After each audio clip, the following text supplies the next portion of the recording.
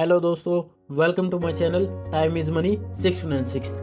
तो आज हम जानने वाले हैं कि करंट रेशियो क्या होता है और इसके साथ हम जानने वाले हैं कि एसेट और लायबिलिटीज क्या होती हैं और करंट एसेट और करंट लायबिलिटीज में क्या अंतर होता है। तो चलिए अब इस टॉपिक की शुरुआत करते हैं। तो चलिए पहले जानते हैं एसेट क्या होती है। दोस्तों, एसेट एक ऐसी वस्तु होती है जिसके प्रयोग से हमें भविष्य में लाभ होने की उम्मीद होती है, या इसको इस प्रकार कहा जाए कि इनके प्रयोग से हमें भविष्य में लाभ प्राप्त होता है, जैसे फोन, पंखा, मशीन, बिल्डिंग, बाइक, कार इत्यादि। तो चलिए अब इसके बाद हम जानते हैं कि लायबिलिटीज क्या होती है।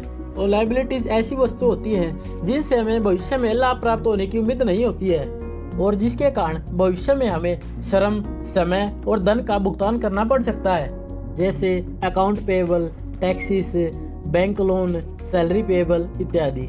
तो चलिए अब जानते हैं कि करंट एसेट और करंट लायबिलिटीज क्या होती है। तो ऐसी वस्तुएं जिनके प्रयोग से या उनकी बिक्री से एक वित्तीय वर्ष के अंतर्गत कैश प्राप्त हो सकता है उसे करंट एसेट कहा जाता है। उदाहरण के तौर पर cash in hand, cash in bank, short term investment, treasury bill, bonds, company share, account receivable, inventory इत्यादि। ठीक इसी प्रकार करंट लायबिलिटीज ऐसी लायबिलिटीज होती हैं जिनका भुगतान हमें एक वित्तीय वर्ष के अंतर्गत करना जरूरी होता है, अर्थात जिनके कारण हमें उस वित्तीय वर्ष में श्रम, समय और धन का भुगतान करना पड़ सकता है। उदाहरण के तौर पर taxes, account payable, bank loan, salary payable इत्यादि। तो दोस्तों, करंट एसेट और करंट लायबिलिटीज को समझने के बाद अब हम जानते हैं करंट रेशियो के बारे में। तो करंट रेशियो से हमें यह पता लग जाता है कि एक वित्तीय वर्ष में यदि हमारे पास जितनी भी करंट लायबिलिटीज होती है उनका भुगतान अगर किसी कंपनी को करना पड़ जाए तो वह उन भुगतान को करने में कितनी सक्षम है। चलिए अब हर बार की तरह ही इसको भी एक एग्जाम्पल की मदद से ही समझते हैं। और यहाँ पर मैंने दोस्तों एक फर्म की बैलेंस शीट ली है और इस बैलेंस शीट की सहायता से इस फर्म का करंट रेशियो निकालते हैं। और अगर हम इस फर्म की बैलेंस शीट के अंतर्गत करंट लायबिलिटीज को पहचाने तो इसके अंतर्गत जो दो लोन चल रहे हैं और जो क्रेडिटर की अमाउंट है वह करंट लायबिलिटीज की जाएगी।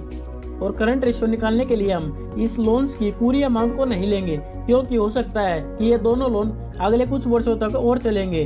तो इस प्रकार हम HDFC बैंक का जो लोन है उसमें से केवल 1,80,000 रुपए की अमाउंट ही करंट लायबिलिटीज में लेंगे, और जो बजाज फाइनेंस का लोन है उसमें से भी हम केवल 1,50,000 रुपए की अमाउंट को ही लेंगे, क्योंकि करंट लायबिलिटीज को निकालने के लिए हम केवल एक वित्तीय वर्ष के लोन की अमाउंट को ही लेंगे। और हो सकता है कि कंपनी ने यह लोन 4 या 5 साल के लिए प्राप्त किए हैं। और करंट लायबिलिटीज को निकालने के लिए हम क्रेडिटर की पूरी अमाउंट को ही ले लेंगे। तो इन सभी का टोटल होता है 11,71,395 रुपए। ठीक इसी प्रकार करंट एसेट को प्राप्त करने के लिए हम जो डेटर की अमाउंट है, हो सकता है कि इस वित्तीय वर्ष के अंतर्गत पूर्ण डेटर की अमाउंट को हम प्राप्त न कर पाए, इसलिए हम इस डेटर की अमाउंट में से केवल 6 लाख रुपए को ही लेंगे। ठीक इसी प्रकार यदि हम आज इस क्लोजिंग स्टॉक को बेचेंगे तो हो सकता है कि एक वित्तीय वर्ष के अंतर्गत हमें 25 लाख तक का ही कैश प्राप्त हो सकेगा।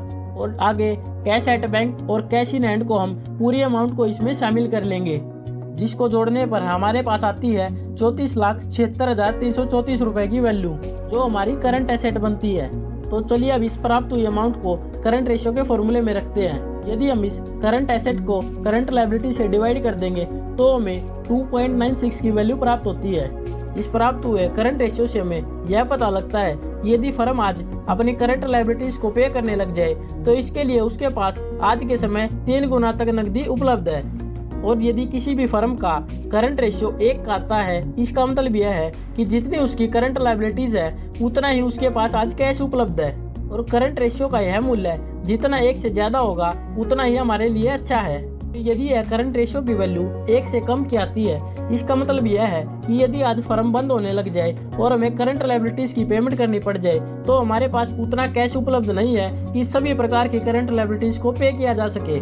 दोस्तों, वीडियो अगर अच्छी लगी हो तो वीडियो को लाइक और चैनल को सब्सक्राइब कर दीजिएगा। धन्यवाद।